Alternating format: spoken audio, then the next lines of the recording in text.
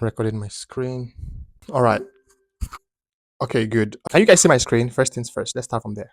And if I recall correctly, we're trying to go through some little things which we discussed about what webflow is, the key features of webflow, the pros and the cons. We talked about all of that, and we also discussed why webflow. We talked about the things you need to know about the tool. We discussed about the learning curve, and we talked about how webflow can the learning curve can vary for different people. We talked about getting started with webflow.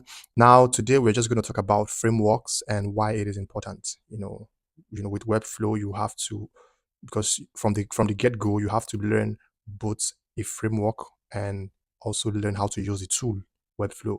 So it's very important. This is something I didn't really know when I started, using Webflow. I just was learning the tool, and I didn't really bother myself with framework or a strategy that I'm going to use. And the framework that we're going to use during the course of this course would be client first.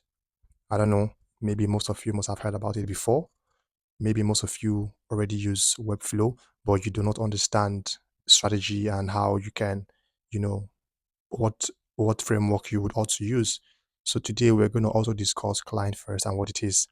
So this is the first thing you would have to do. This is the first step you have to take. So whatever website you want to build, whatever thing you want to do, you have to have this particular way of seeing it before you even start. You have to understand what you need to do and how you need to go about it. So yeah, that's what we're going to talk about today. So what exactly is client first?